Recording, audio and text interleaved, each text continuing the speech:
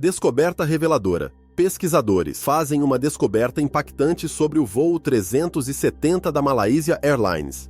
Será que finalmente foi resolvido o mistério do voo em alto mar 370 da Malaysia Airlines? Desde seu desaparecimento em 2014, o mundo tem estado intrigado com as perguntas sem resposta. Agora, uma nova pista crucial descoberta por pesquisadores persistentes pode finalmente nos levar ao local de descanso do avião, prometendo resolver um dos maiores enigmas da aviação. Podemos estar à beira de não apenas encontrar o avião, mas também de descobrir algumas verdades impactantes. Junte-se a nós enquanto exploramos essa descoberta revolucionária e o que ela pode significar para o mistério do MH370. Mas antes de começarmos, deixa eu te apresentar o fone AlphaPod Pro. Muito leve e confortável, ele possui graves profundos e agudos nítidos graças à sua tecnologia Turbo Bass. Com ele você pode escutar 7 horas de música sem precisar recarregá-lo, e é totalmente à prova d'água. Ele também funciona como um power bank para carregar seu celular. Esse fone, sem dúvidas, é a melhor opção para quem procura uma experiência de áudio premium. Peça já o seu na loja Cloud Importados, usando o nosso cupom Realidade10 e ganhe um super desconto. O link está na descrição. Dentro do mistério do voo MH370. O voo deveria ser curto, pouco mais de 6 horas. O piloto era o capitão Zaharie Ahmad Shah. Aos 53 anos, o capitão Zaharie não apenas tinha experiência, mas também era muito habilidoso, com mais de 18.365 horas de voo. Ele conhecia bem essa rota e amava voar, muitas vezes compartilhando suas histórias e paixão pela aviação online. Na cabine com ele estava o primeiro oficial Farik Abdul Hamid. Aos 27 anos, Farik era mais jovem e tinha 2.763 horas de voo. Esse voo era uma oportunidade de treinamento para ele, que tragicamente se tornou seu último. Quando o avião decolou da pista 32 direita, ascendeu no céu noturno, dirigindo-se para o nordeste sobre o Mar do Sul da China. Quando atingiu uma altitude de cruzeiro de 35 mil pés, a tripulação contatou o controle de tráfego aéreo de Kuala Lumpur para confirmar sua altura. Mais tarde, à medida que o avião se aproximava da fronteira do espaço aéreo vietnamita, o controle de tráfego aéreo da Malásia deu sua despedida noturna habitual, passando o controle para os controladores aéreos de Ho Chi Minh. A resposta do capitão Zaharie foi um simples "boa noite", mas isso não foi o pior. À medida que o voo continuava, algo inesperado aconteceu, deixando o mundo em busca de respostas. O avião apareceu brevemente no radar novamente, mas não estava seguindo sua rota planejada. Ele deu meia volta, depois voou para o sudoeste através da península da Malásia, antes de mudar de direção novamente e seguir em direção ao noroeste sobre o Estreito de Malaca. Por que o avião fez essas mudanças repentinas? Foram problemas mecânicos, ações intencionais ou algo completamente diferente? Ninguém sabia ao certo. Durante toda essa confusão, outro piloto tentou contatar o voo 370 usando uma frequência internacional de emergência para transmitir uma mensagem do controle de tráfego aéreo do Vietnã. Eles se conectaram, mas tudo o que se podia ouvir eram sons abafados e estática, o que só aumentou a preocupação e o mistério. À medida que a situação se tornava mais alarmante, o radar militar malaio perdeu o sinal do avião sobre o Mar de Andamão. Isso indicava problemas sérios. Pouco depois, os controladores de tráfego aéreo deram a notícia impactante à Malaysia Airlines. O voo 370 havia desaparecido do radar. Essa revelação provocou uma busca urgente. A companhia aérea contatou outros centros de controle de tráfego aéreo e aviões próximos,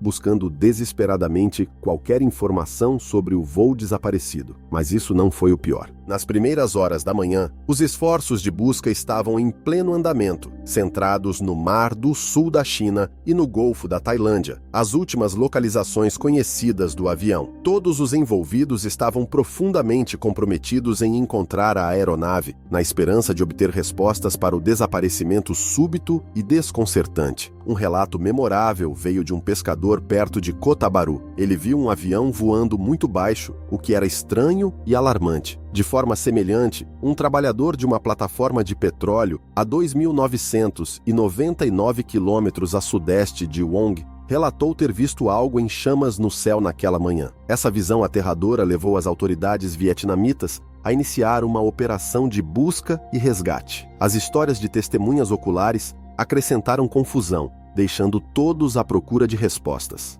um mistério impactante no voo 370.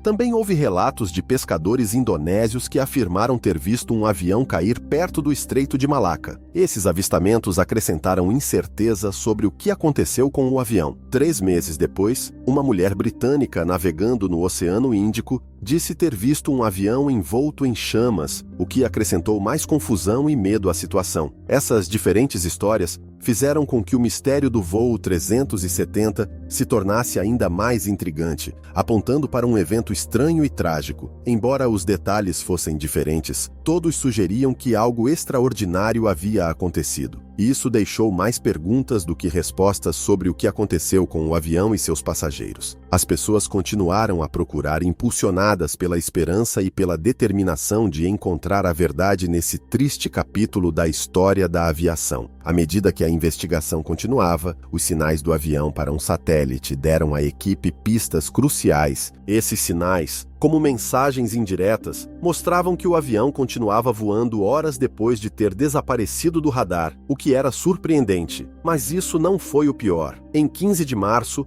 uma empresa chamada Inmarsat publicou detalhes importantes, mas confusos. Embora não mostrasse a localização exata, os dados da Inmarsat sugeriram 2 rotas possíveis. Uma que seguia para o sul em direção ao Oceano Índico, a sudoeste da Austrália, e outra que se estendia ao norte do Vietnã até o Turcomenistão. Com o avião ainda desaparecido, o plano de busca mudou drasticamente. O foco foi desviado do Mar do Sul da China, do Golfo da Tailândia e do Estreito de Malaca para se concentrar nessas novas rotas possíveis. A busca por respostas continuou, com cada nova pista trazendo mais perguntas do que soluções. Ao pensar em onde o avião desaparecido poderia ter ido, uma ideia era que ele poderia ter voado para o norte sobre países como Tailândia e Cazaquistão. Mas essa ideia foi rapidamente descartada porque essas áreas são monitoradas de perto por radares militares. Os países daquela região estavam certos de que seus sistemas de radar teriam detectado um avião desconhecido voando em seus céus. Devido a essa vigilância rigorosa, a Rota Norte foi descartada rapidamente. Com a Rota Norte não sendo mais uma opção, a busca pelo avião desaparecido teve que se expandir, tornando a tarefa ainda mais difícil. A busca foi dividida em 2 grandes seções. A primeira, chamada de Arco Sul, se estendia profundamente no Oceano Índico,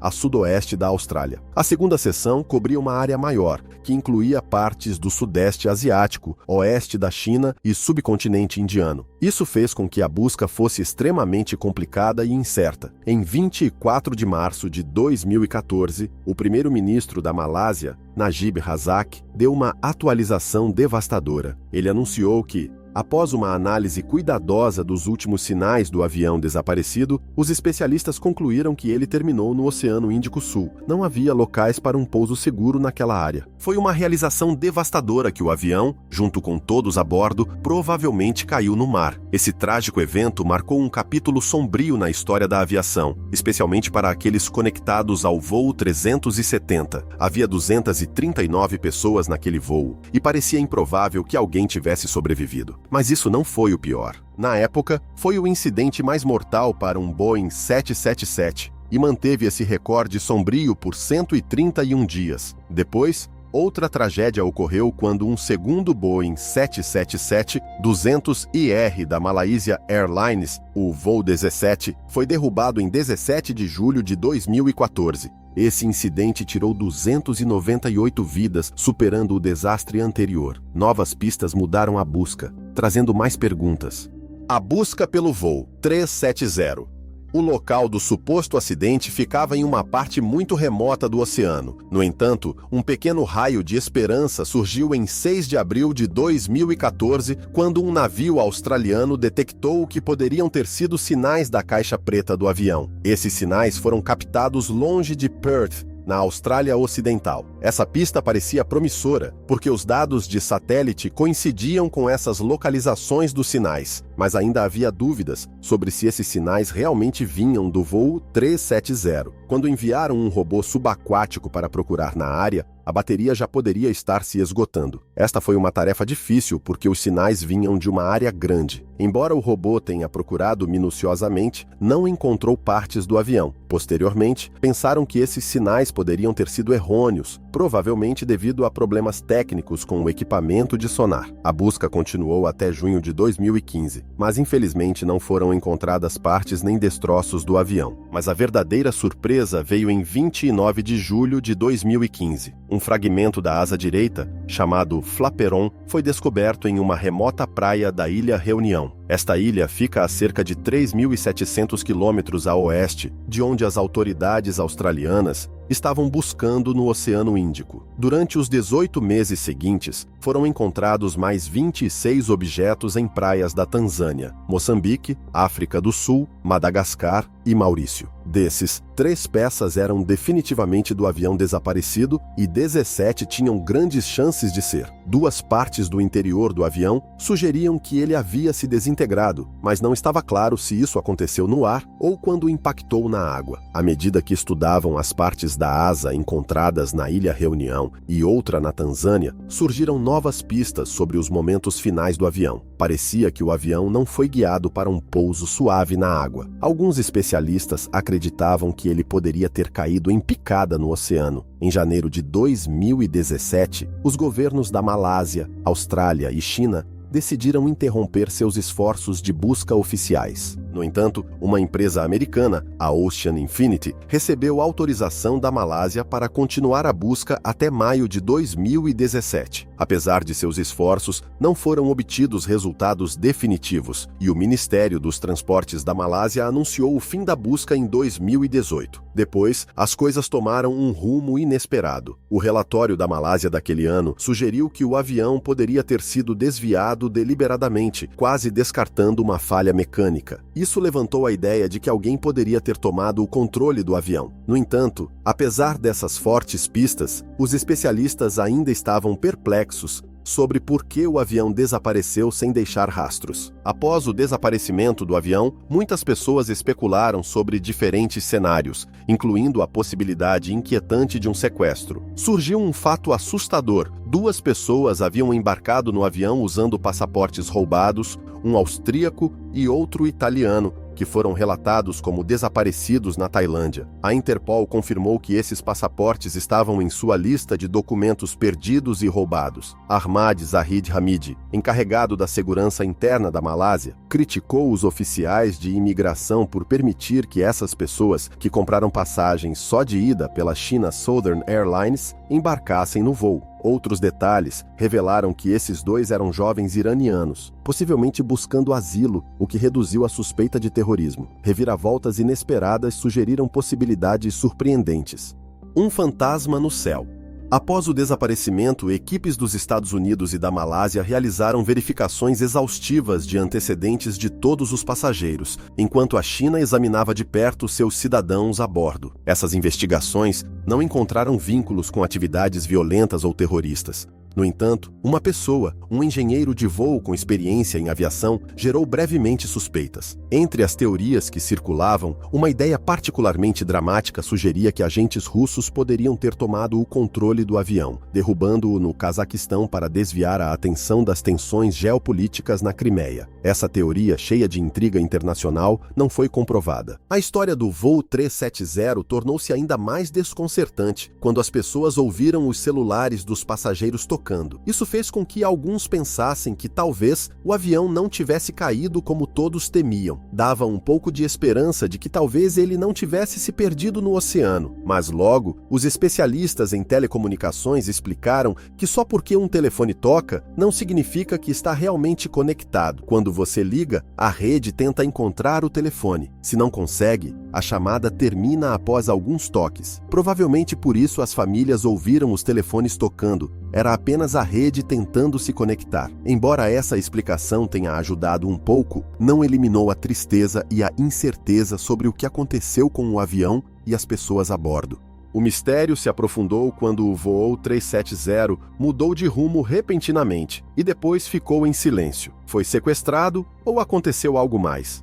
No capítulo 5 do livro, O Desaparecimento do Voo 370, menciona-se o capitão Zahari como o avião com muitos passageiros que simplesmente desapareceu na noite. Muitas ideias foram sugeridas, incluindo o sequestro, embora nem todos concordassem. O avião estava voando sobre o Golfo da Tailândia quando de repente deu meia volta. Voou de volta sobre a Malásia, passando por grandes cidades e pequenas vilas, sem qualquer palavra de ninguém a bordo. No mundo atual de constante conexão digital, esse silêncio completo era estranho. Nenhum passageiro enviou mensagens, fez chamadas, postou fotos ou se conectou online depois que o avião mudou sua rota. Mas isso não era o mais estranho. Em uma era em que as pessoas estão sempre conectadas, o silêncio do voo 370 era muito incomum. Essa falta de comunicação levou a especulações selvagens e debates entre especialistas. A maioria dos passageiros era da Malásia e da China, onde o uso de telefones móveis é comum, especialmente entre os viajantes. Então, por que ninguém se comunicou? Não puderam ou algo os impediu?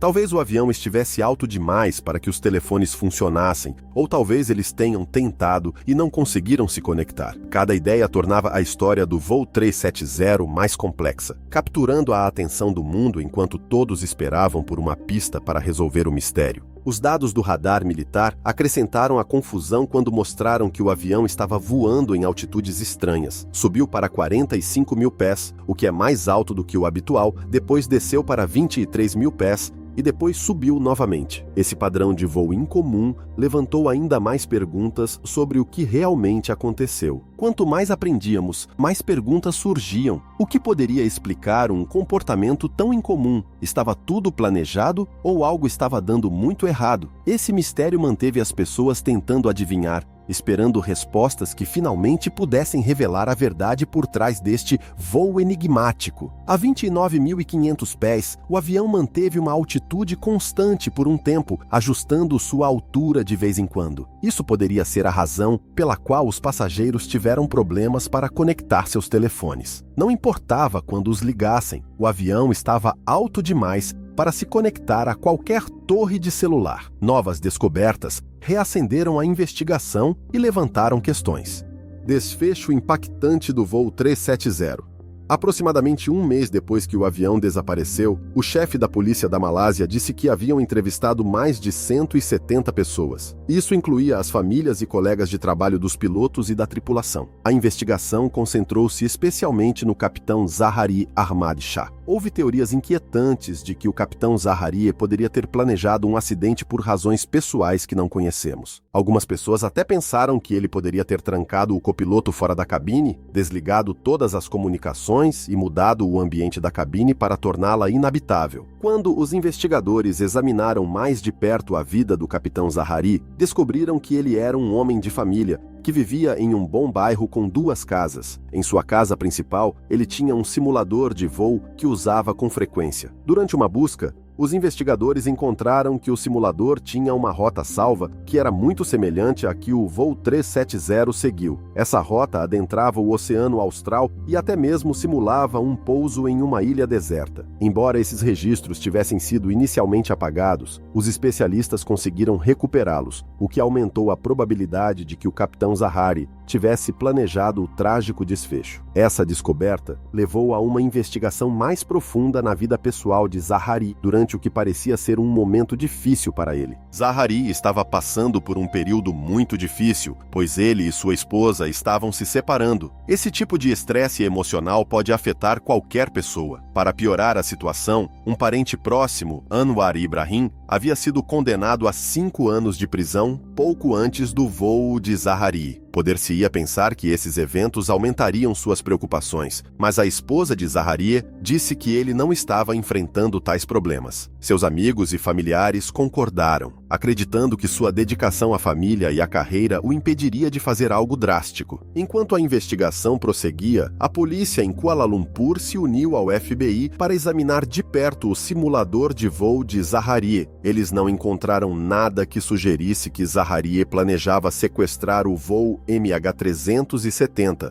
Então, os investigadores mudaram seu foco para outro lugar. A atenção voltou-se para Farik Abdul Hamid, o copiloto. Algo surpreendente surgiu. Farik tentou fazer uma chamada telefônica enquanto voava baixo sobre a costa da Malásia. A chamada não durou muito, mas conectou-se brevemente a uma torre de comunicação no estado de Penang. A ligação foi cortada porque o avião se moveu rapidamente para fora do alcance, sem conseguir conectar-se a outra torre. Mas isso não foi o mais estranho. Este incidente levantou muitas perguntas sobre as intenções de Farik. As pessoas especulavam e espalhavam rumores sobre quem ele estava tentando contatar em um momento tão crítico. A equipe de investigação e outras autoridades mantiveram silêncio sobre os detalhes dessa chamada, o que só alimentou mais rumores. Alguns diziam que Farik poderia estar lidando com problemas pessoais, o que levou a especulações selvagens de que ele poderia ter assumido o controle do avião, desligado seus sistemas e se trancado na cabine. Se isso fosse verdade,